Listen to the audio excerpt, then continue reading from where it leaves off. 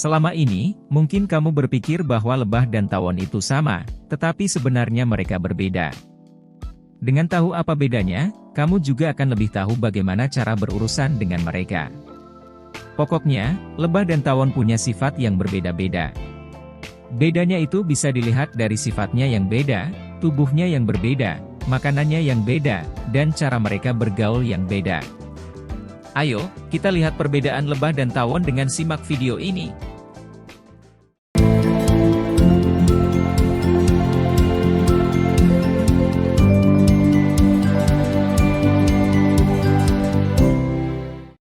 Kerabat dekat.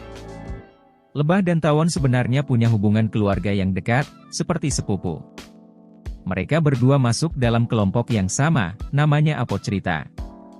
Kelompok ini punya ciri khas yaitu pinggang yang kecil di antara bagian dada dan perut mereka.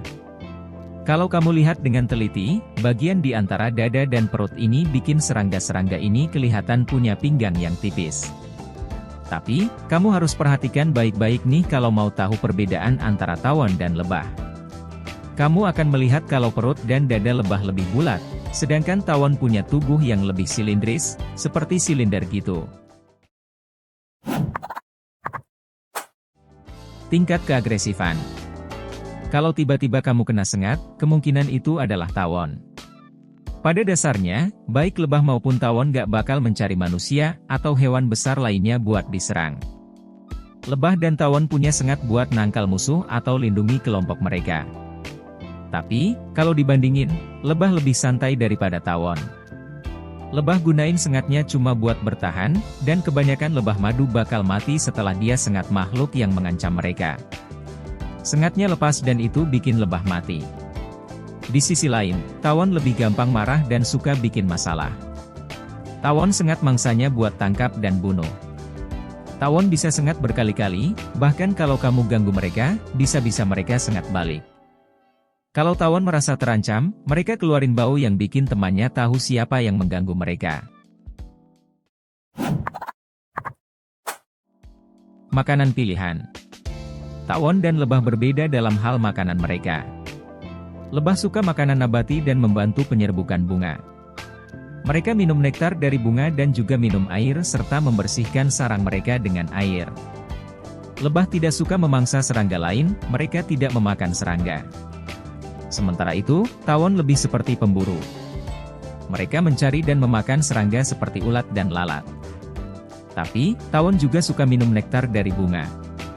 Tawon juga tertarik pada makanan manusia, seperti minuman manis dan bir. Ini sebabnya seringkali kita melihat tawon saat kita makan di luar. Lebah bisa membuat madu yang enak dimakan oleh manusia dan hewan lain.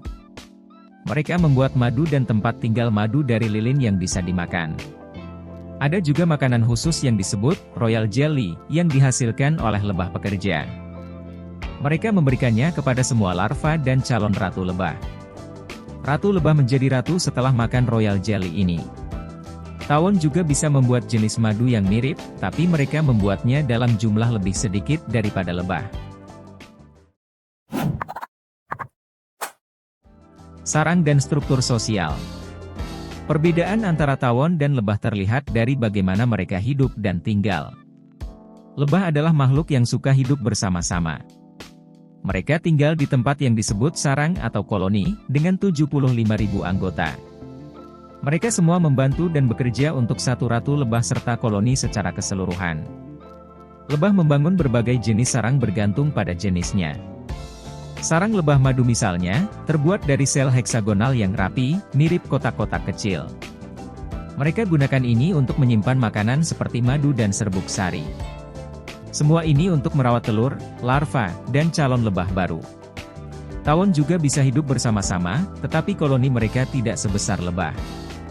Beberapa jenis tawon memilih hidup sendirian. Tidak seperti lebah, tawon tidak bisa membuat lilin, jadi mereka membangun sarang dari bahan-bahan seperti kertas yang mereka buat dari kayu yang dicerna. Tawon juga bisa membuat sarang dari lumpur, menempelkannya di berbagai tempat. Sarang pertama tawon dibuat oleh ratu dan bisa seukuran buah kenari. Setelah anak-anak ratu dewasa, mereka ambil alih membangun sarang dan membuatnya semakin besar. Ukuran sarang sering menunjukkan jumlah tawon pekerja wanita di koloni. Koloni tawon bisa punya ribuan pekerja wanita dan setidaknya satu ratu. Seekor lebah hanya menghasilkan 1/12 sendok teh madu. Pernahkah kamu berpikir tentang lebah? Meskipun ukurannya kecil, lebah memiliki peran penting dalam membuat madu. Bayangkan jika kamu hanya memiliki 1/12 sendok teh madu, itu jumlahnya sangat sedikit bukan? Nah, lebah hanya bisa membuat sejumlah madu sekecil itu selama hidupnya yang berlangsung sekitar 5 minggu. Tapi, jangan terkecoh oleh ukuran mereka yang kecil. Di dalam sarang lebah, ada ribuan lebah yang bekerja bersama-sama. Ini seperti bekerja dalam tim. Setiap lebah berkontribusi dengan sedikit madu yang mereka hasilkan, dan semua ini akhirnya menjadi banyak ketika digabungkan. Jadi, meskipun satu lebah hanya bisa membuat sedikit madu, hasil kerja sama semua lebah membuat jumlah madu menjadi sangat besar. Jadi, intinya adalah meskipun lebah punya keterbatasan dalam membuat madu secara individu, tetapi kerjasama di antara banyak lebah dalam sarang membantu mereka menghasilkan banyak madu yang berguna bagi kita. Pengendalian hama alami. Pikirkan tentang tawon seperti sekumpulan pahlawan kecil yang berjuang demi tanaman kita. Mereka memiliki tugas yang penting dalam menjaga keseimbangan alam. Ketika ada serangga lain yang bisa membuat tanaman kita sakit atau mati, tawon datang untuk menyelamatkan hari. Bayangkan tanaman seperti teman kita yang perlu dijaga. Kadang-kadang, ada serangga yang datang dan mencoba merusak teman kita ini. Nah, inilah saatnya tawon datang beraksi.